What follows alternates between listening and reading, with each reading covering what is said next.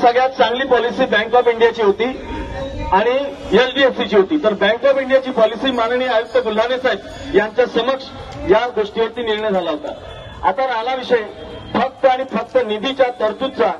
आता बऱ्याच लोक सांगत होते 57-75 वाले बहुत छुट्या बनवते। भाऊ तुमच्याजवळ कधी 2 रुपये खाल्ले का रे कोणा पदाधिकाऱ्यानं? तुमचं कुठेतरी आर्थिक शोषण केलं का रे?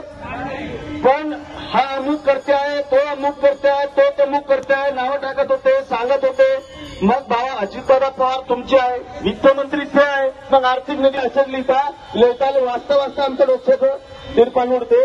मग कुठे गेले ते युनिस भाई? कारण नाही त्यांनी अजितदादांनी आजपर्यंत आर्थिक तरतूद केली। लेखा शिक्षकाची अडचण होती तर 11 जुलैला मी स्वतः मंत्रालयात हजर राहून 12 जुलैला कार्यप्रणाली पूर्ण केली आणि 13 जुलैला जी आपला लेखा शिक्षक तयार झाला। ते आमच्या समोरचा विषय, आमच्या समोरचा।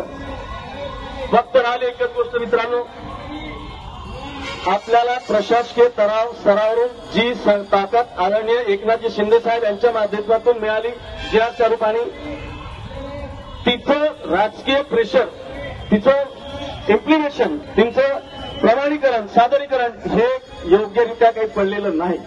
म्हणून आपल्याला हे आंदोलनाचं पाऊल उचलावं लागलं। तेव्हा माननीय आयुक्तांनी सांगितलं की आजच्या आज तुमच्या या आंदोलनाची दखल गांभीर्याने घेऊन आम्ही प्रशासनाला हा विषय कळवतो।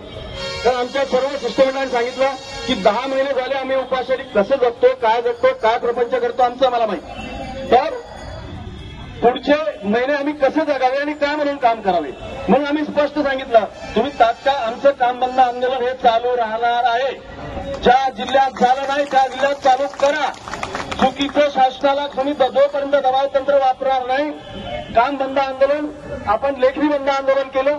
ढोकळेंनी ज्याप्रमाणे सांगितलं हे तुमचं युक्त धाराचे वगैरे प्रशिक्षण आहे, हे कुठलेही अटेंड करायचे नाही। तालुका निधी असो, तालुका जिल्हाध्यक्ष असो किंवा जिल्ह्याचे अध्यक्ष, आम्ही स्पष्टपणे सांगतो तुम्हाला, आपल्या संघटनेच्या या शक्तीपुढे प्रशासनाने जर दखल घेतली नाही आणि आपण जर प्रत्येक, आता तुम्हाला सांगितलं रत्नागिरी, सिंधुदुर्ग, रायगड, गडचिरोली, भंडारा, गोंदिया, कुठला जिल्हा आपल्या आंदोलनामध्ये आज सहभागी नाही आहे सांगा बरं? 34 जिल्ह्यातून सर्वच लोक सहभागी झाले। प्रमाण फक्त कमी जास्त आहे, कारण बिचारांना तिथून सिंधुदुर्गहून यायचं तर एका माणसाला 4,000 रुपये लागतात, रायगडवाल्याने यायचं तर एका माणसाला 2-3,000 रुपये लागतात। मग आपण ज्या ताकदीनं तुम्ही पैसे खर्च करून संघटनेची लढाई लढताय, त्याच ताकदीनं आपण जर उभे राहिलो तर आपलं भविष्य, आपला न्याय फार दूर नाही।